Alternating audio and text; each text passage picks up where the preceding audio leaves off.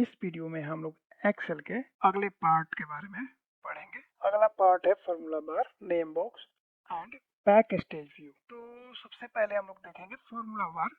Formula bar क्या होता है?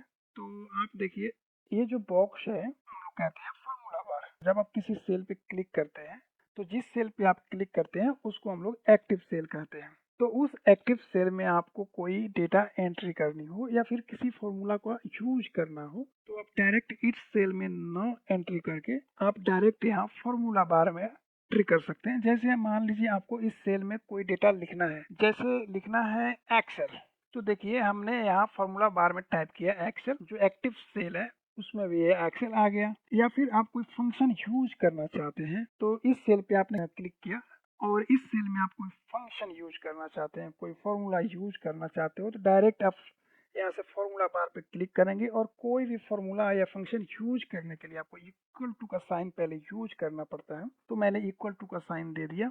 अब यहाँ से आपको जो भी फॉर्मूला यूज करना है, जैसे मान लीजिए आप काउंट फॉर्मूला यूज करना चाहते हैं तो यहाँ पे देखिए एक बॉक्स आ गया और यहाँ काउंट दिखा रहा है। यहाँ डबल क्लिक करेंगे तो ऑटोमेटिक काउंट का और फॉर्मूला यहाँ ऐड हो जाएगा। अगर मान लीजिए आप यहाँ कोई फॉर्मूला यूज करना चाहते हैं और इक्वल टू का साइन नहीं देंगे और आप यहाँ काउंट लिखेंगे तो यह जो है केवल एक वर्ड के रूप में पढ़ेगा, न कि एक फॉर्मूला के रूप में पढ़ेगा। तो आपको जब भी फॉर्मूला या फंक्शन यूज करना हो तो आप इक्वल टू का साइन दे। ये मान लीजिए दो सेल है और दो सेल में आपको ज्यादा डेटा दिया हुआ है, जैसे उस डेटा में ज्यादा वर्ड्स दिए गए और उसमें आप कुछ एडिट करना चाहते हो। तो मान लीजिए यहाँ पे ये सेल है, इसमें क्या क्या डेटा है। देखिए यहाँ पे Excel is the main part of MS Office, ये डेटा इस सेल में है।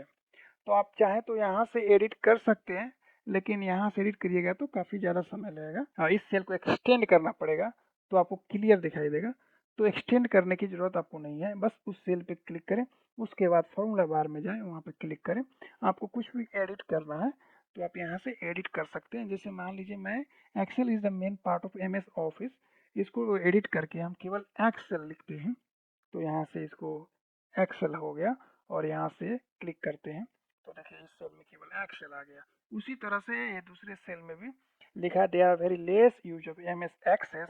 अब यहाँ पे एडिट करना चाहते हैं तो क्लिक करेंगे फॉर्मूला बार में और यहाँ पे आप केवल चाहते हैं कि एमएस एक्सेस ही रहे तो यहाँ से ये बाकी सब वर्ड्स को हम रिमूव कर देते हैं तो यहाँ से ये एमएस एक्सेस हो गया। इस तरह से हम फॉर्मूला बार का यूज करते हैं। अब दूसरा टॉपिक है नेम बॉक्स।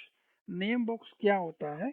नेम बॉक्स की मदद से किसी सेल का लोकेशन या उसका नाम पता कर सकते हैं। तो जैसे मान लीजिए आप यहाँ किसी सेल पे क्लिक करते हैं, जैसे इस सेल पे मैंने क्लिक कर दिया तो इस सेल का नाम क्या है? यहाँ नेम बॉक्स C4, इसको नेम बॉक्स बोलते हैं। यहाँ पे इसका नाम देखिए, लोकेशन यानी इस सेल का लोकेशन क्या है? C4 है।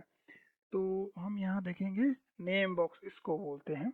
नेम बॉक्स समझ गए। अब एक आता है बैक स्टेज व्यू। तो बैक स्टेज व्यू क्या होता है कि जो रिबन होता है, रिबन में जो फाइल बटन होता है उस पर अगर क्लिक करेंगे तो ये बैक स्टेज व्यू आ गया। इसे बैक स्टेज व्यू कहते हैं। तो बैक स्टेज व्यू से आप क्या करेंगे, यहाँ से आप चाहें तो न्यू एक वर्कबुक ओपन कर सकते हैं, ब्लैंक वर्कबुक, या फिर कोई टेम्पलेट्स जिसका आप यूज करना चाहते हो तो उसको यूज कर सकते हैं। या फिर पहले से आपने किसी एक्सेल फाइल पे काम कर रखा है उसको ओपन करना चाहते हैं तो यहाँ से आप किसी को भी ओपन कर सकते हैं। तो बैक स्टेज व्यू की मदद से आप ब्लैंक वर्कबुक या कोई फिर टेम्पलेट्स ओपन कर सकते हैं या कोई पुराना फाइल ओपन कर सकते हैं। फिर वापस से मेन एक्सेल में जाने के लिए यहाँ से इस एरो पे क्लिक करेंगे तो ये ऑटोमेटिक आप पुराने एक्सेल पे आ जाएंगे। Thank you.